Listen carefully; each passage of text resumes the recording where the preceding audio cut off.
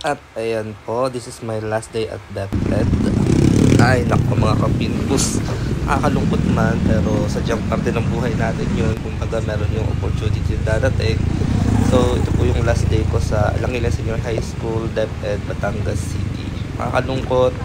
Last time nang makakasabay ang mga estudyante papasok sa Alangilan Senior High School, mga babate, mga co-teacher na lagi nakasmile. Ay mga kamis, bakit po tayo para sa ating last biometrics. Pero bago yun, ayan, nakita ko ang dalawang tropa peeps. Ayan, ang mga kasamahan natin. And this will be the last time in... Ayan, so bago mag-start, ayan, medyo may paalam muna. Sabi dyan, last day daw ni Tops sa DepEd.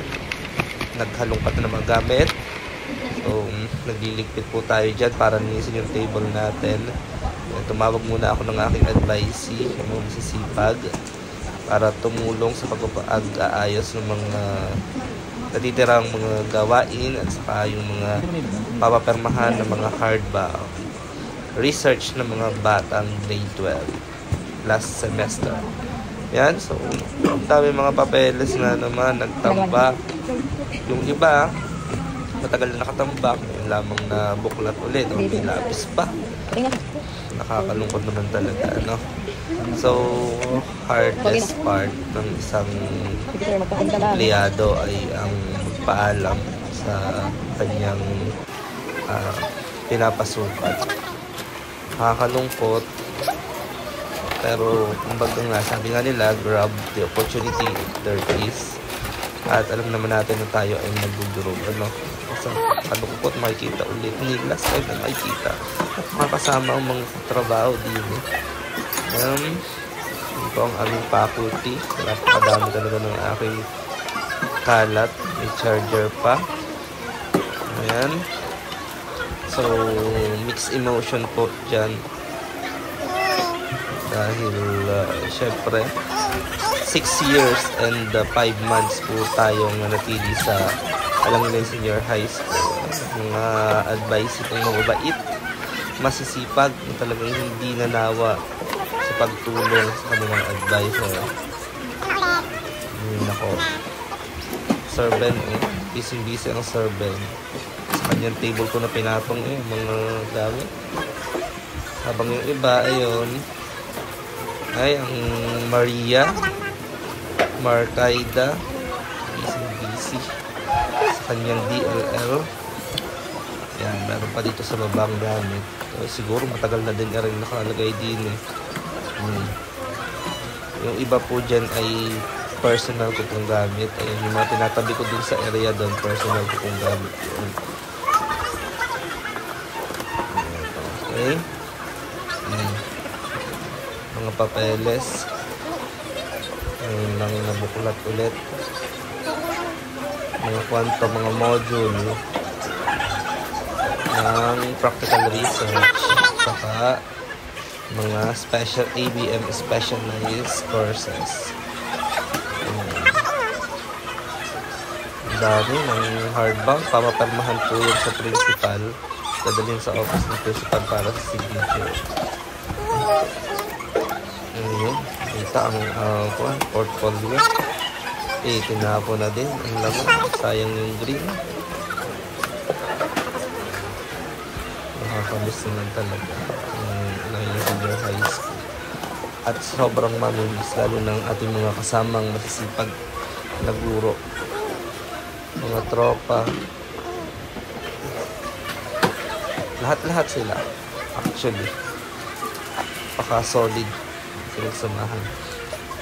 Humugot na lang humugot dun sa box ay hindi na natapos. So, sobrang dami ng papel, mga module, kung ano-ano mga printed materials. Yan. Okay.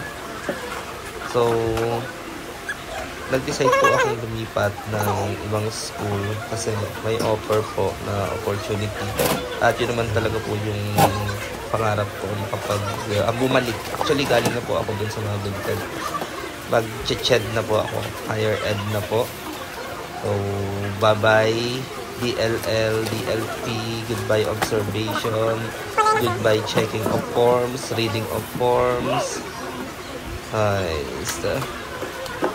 Ang mamimiss natin dito ay yung EBM Caravan,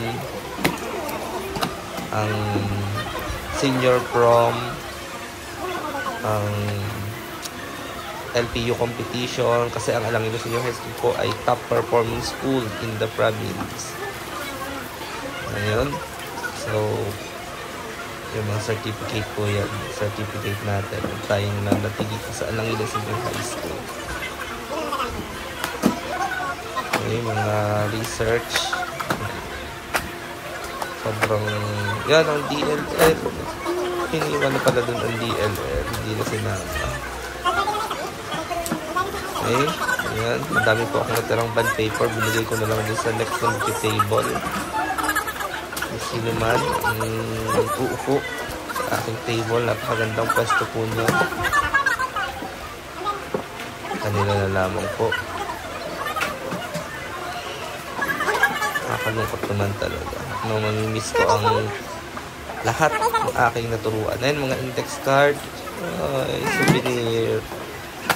Mamimiss ko lahat ng aking mga naging estudyante sa Alangilo Senior High School. Yung iba ay professional na. Yung iba ay nagta-travel na kung saan-saan. Talagang, sabi nga nila, kasiyahan ng isang guro, ang pagiging success ng isang guro ay nasa kanyang mga estudyante, kung gaano naabot ng estudyante ang kanilang mga pangarap. Part na din doon ang pagiging success ng isang guro. Nakalungkot talaga ang ganyan mga pangyayari. Pero alam naman natin na in every step ay talagang meron tayong naaakyat. Ano po? Kumbaga ay umaakyat habang tayo ay patuloy na nangangarap. Ayan. So medyo patapos na po dyan ang pagliligpit ng gamit.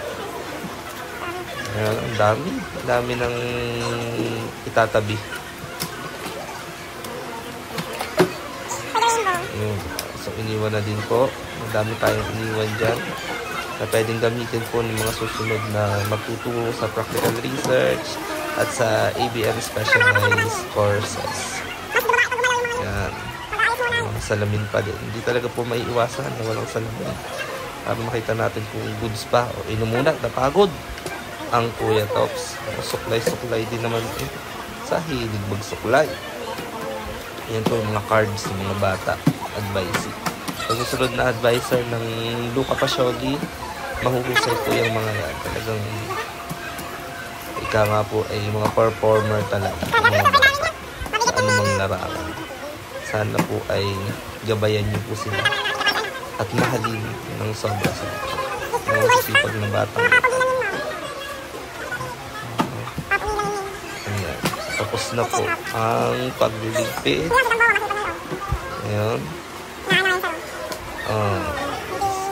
Natapos na. Kakalungkot.